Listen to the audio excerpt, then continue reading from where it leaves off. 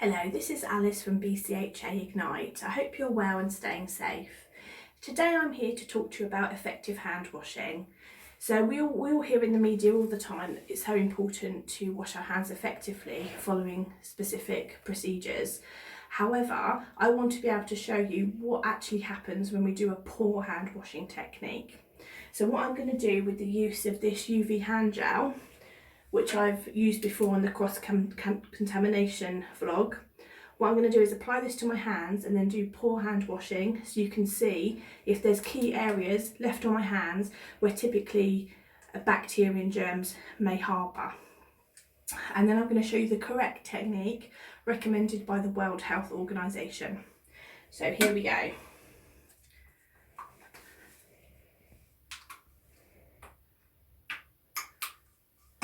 I'm going to rub the UV hand gel all over my hands and making sure it's covered everywhere so this experiment will work. Okay, I'm just going to show you what that looks like. Can you see? Potentially all of my hands are covered, and this is simulating potential germs and bacteria, okay? Now I'm going to do a poor hand washing technique, just to show you what gets left.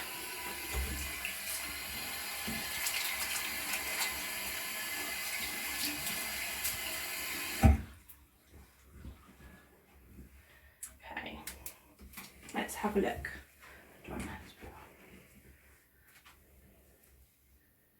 So if you can see into my nails, around my fingernails, there is the UV hand gel remaining, which is simulating the germs.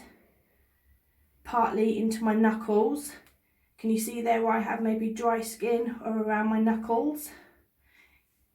Partly into the creases of my fingers. Or look around my wrists. Also again where there might be dry skin, the back of my hands. Back of my hands again. Okay. So now you're aware of key areas that we need to look for. So let's do the correct hand washing system. So first of all, we need to run the water. So we want warm running water, and we need to dampen our hands. We need to apply ample soap to cover all areas, rubbing to get a good lather. Okay. Then we place the palm of one hand across the back of the other, interlocking our fingers and rubbing back and forth. And then we swap over to do the other hand. Then we do the fronts, interlacing our fingers.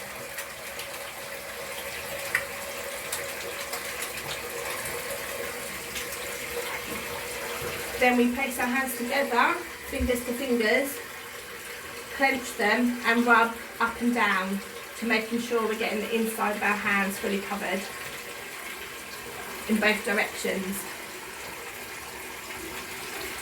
Then to make sure our fingertips are done, we rub into the centre of our palms.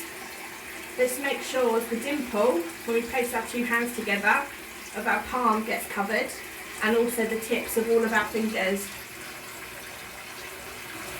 We also need to do rotational rubbing of our thumbs, making sure we're covering the tip of our thumb also.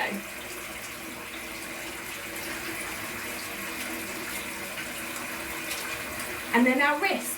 As we can tell from the experiment we've just done, it's really important to cover our wrists as well, especially if we're wearing PPE, gloves, because our gloves only might come so far, so we need to make sure we're covering that, and then we need to rinse all those suds off.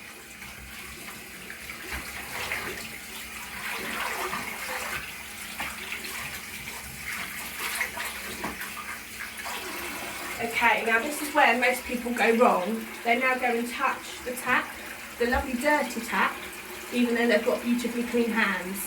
So we can use our elbow to turn it off with a tap like this, but if you do have a turny tap, you can also have like a spare piece of clean tissue, kitchen towel, disposable cloth to turn off the tap. But for me, I can easily use my elbow. So you can use a single-use paper towel to dry our hands, but for me in my family bathroom, it's absolutely fine for me to be able to use a towel that I wash regularly. So I'm going to dry my hands.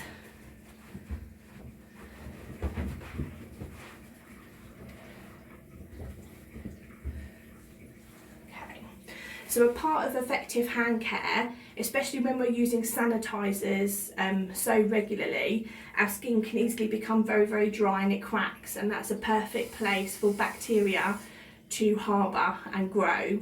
So it's also really important that we moisturise our hands regularly to prevent those cracks and ensure effective hand hygiene. So I hope that's of use to you. I hope you follow these tips and have good hand hygiene yourself, and I look forward to speaking to you soon.